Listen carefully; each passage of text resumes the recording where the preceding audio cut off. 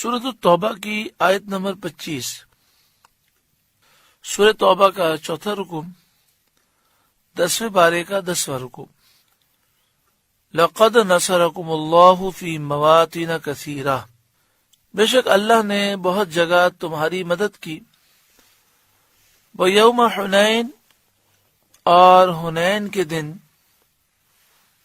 اذ اعجبتکم کثرتکم، جب تم اپنی کثرت پر اترا گئے تھے، فلم تغنی عنکم شیئا، تو وہ تمہارے کچھ کام نہ آئی، وضاقت علیکم الارض بما رحبت، اور زمین اتنی وسیع ہو کر تم پر تنگ ہو گئی، ثم ولیتم مدبرین، پھر تم پیٹھ دے کر پھر گئے۔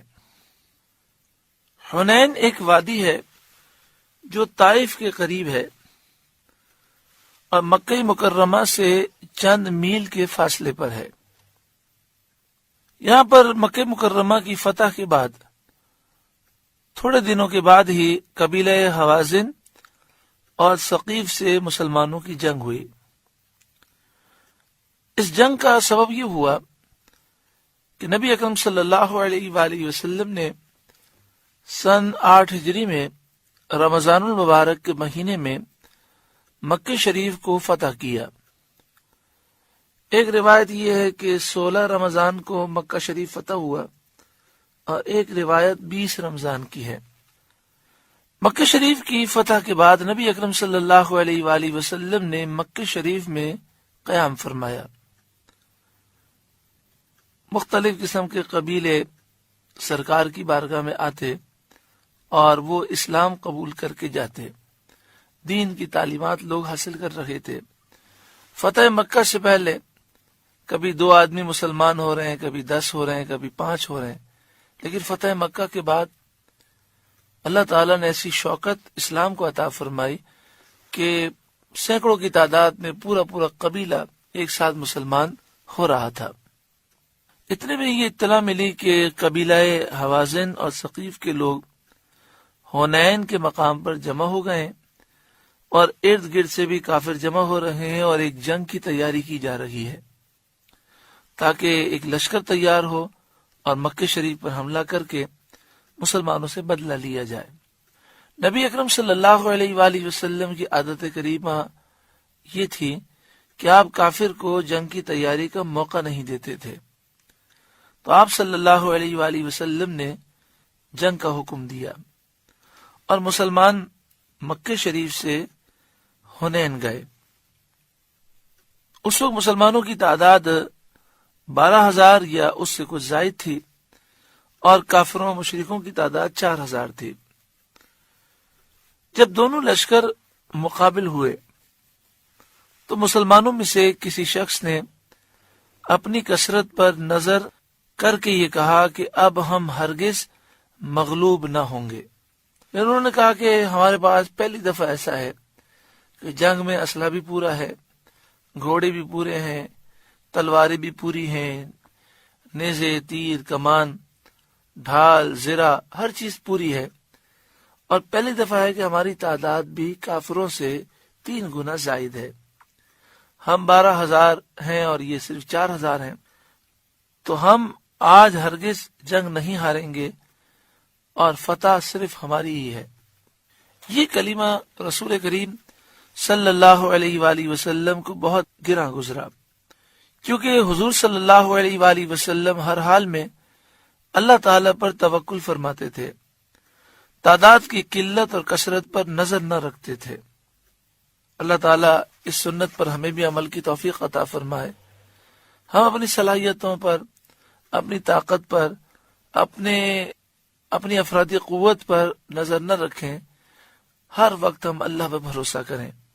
جنگ شروع ہوئی، جنگ بڑی شدید ہوئی، آخرکار اللہ تعالیٰ نے مسلمانوں کو فتح عطا فرمائی، اور مسلمان مال غنیمت لینے میں مصروف ہو گئے، اور لشکر جو کافروں کا تھا وہ بھاگا۔ کافروں کے لشکر نے جب یہ دیکھا کہ مسلمان مال غنیمت حاصل کر رہے ہیں اور یہ کھلا میدان ہے، تو انہوں نے پلٹ کر تیروں کی بارش شروع کر دی۔ 4,000 کافر تھے، ہزاروں تیر کافروں کی طرف سے آئے اور وہ تیر اندازی میں بہت مہارت رکھتے تھے۔ نتیجہ یہ ہوا کہ اس ہنگامے میں مسلمانوں کے قدم اکھڑ گئے۔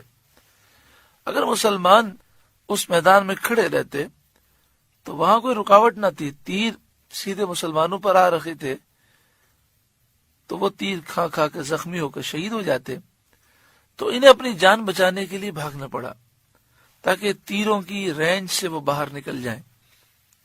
لشکر بھاگ پڑا۔ سید عالم صلی اللہ علیہ وآلہ وسلم کے پاس صرف حضور صلی اللہ علیہ وآلہ وسلم کے چچا حضرت عباس رضی اللہ تعالیٰ عنہ موجود تھے، اور نبی اکرم صلی اللہ علیہ وآلہ وسلم کے چچا کے بیٹے ابو سفیان بن حارث موجود تھے۔ نبی اکرم صلی اللہ علیہ وآلہ وسلم کی جرت اور بہادری، سبحان اللہ۔ اب آپ اکیلے ہیں اور آپ کے ساتھ صرف 2 صحابہ ہیں۔ نبی اکرم صلی اللہ علیہ وآلہ وسلم نے اس وقت اپنی سواری کو کفار کی طرف آگے بڑھایا، حضور پیچھے نہیں ہٹے، اور آپ اپنی سواری کو لے کر کافروں کی طرف بڑھنے لگے، اور حضرت عباس رضی اللہ تعالیٰ عنہ کو حکم دیا کہ وہ بلند آواز سے اپنے اصحاب کو پکاریں۔ ان کے پکارنے پر وہ صحابہ لبیک لبیک کہتے ہوئے پلٹ آئے۔ میں نے یہ واقعہ اور اس طرح کے واقعات پہلے بھی سنے ہیں اور پڑھے ہیں، لیکن تحریک لبیک یا رسول اللہ صلی اللہ علیہ وآلہ وسلم بننے کے بعد، اور ہمارے استاد محترم شیخ الحدیث و تفسیر حضرت علامہ خادم حسین رضوی دامت برکاتہم العالیہ نے جو بچے بچے کو اس نعرے سے پیار دیا کہ آج بچہ بچہ یہ نعرہ لگاتا ہے لبیک لبیک لبیک یا رسول اللہ، تو 100 آدمی یا 200 آدمی بھی نعرہ لگاتے ہیں تو یہ ایک ایسی ہیبت ہوتی ہے کہ ہم نے دیکھا کہ دشمن ہل جاتا ہے۔ اللہ نے اس نعرے میں بڑی روحانیت رکھی ہے۔ تو میں اب یہ سوچتا ہوں کہ ذرا اس منظر کو ہم تصور میں لائیں کہ نبی اکرم صلی اللہ علیہ وآلہ وسلم سواری پر ہیں، حضرت عباس ساتھ میں ہیں، حضرت ابو سفیان بن حارث آپ کے ساتھ ہیں، اور حضور کافر کی طرف بڑھ رہے ہیں، کافروں کی طرف، اور حضرت عباس آواز لگاتے ہیں کہ آؤ اس طرف، تو 12,000 صحابہ کرام جب لبیک یا رسول اللہ کہتے ہوئے آگے بڑھے ہوں گے، لبیک لبیک لبیک کے نعرے لگا کر، تو حنین کے میدان میں کیا منظر ہوگا۔ آج استاد محترم تحریک لبیک یا رسول اللہ کے زیر اہتمام اسی لبیک لبیک لبیک کے نعروں کی یاد تازہ فرماتے ہیں۔ اللہ تعالیٰ اس تحریک کو مزید برکتیں عطا فرمائے۔ لبیک کے معنی ہوتے ہیں میں حاضر ہوں۔ جب نبی اکرم صلی اللہ علیہ وآلہ وسلم صحابہ کرام کو بلاتے تو صحابہ کہتے لبیک یا رسول اللہ، یا رسول اللہ میں حاضر ہوں، یہ کہتے ہوئے دوڑتے ہوئے آتے۔ تو ہم جب لبیک کا نعرہ لگاتے ہیں لبیک یا رسول اللہ، تو اس کے معنی ہمارے استاد محترم شیخ الحدیث و تفسیر حضرت علامہ خادم حسین رضوی صاحب یہ فرماتے ہیں، اس کے معنی یہ ہیں کہ یا رسول اللہ، آپ کے دین کی خاطر، آپ کی عزت کی خاطر میری جان بھی حاضر ہے، میرا سب کچھ حاضر ہے، میرا مال بھی حاضر ہے۔ کفار سے پھر جنگ شروع ہوئی۔ جب لڑائی خوب گرم ہوئی تو نبی اکرم صلی اللہ علیہ وآلہ وسلم نے اپنے دست مبارک میں ہاتھ میں سنگریزے لے کر کفار کے منہوں پر مارے اور فرمایا رب محمد کی قسم بھاگ نکلے۔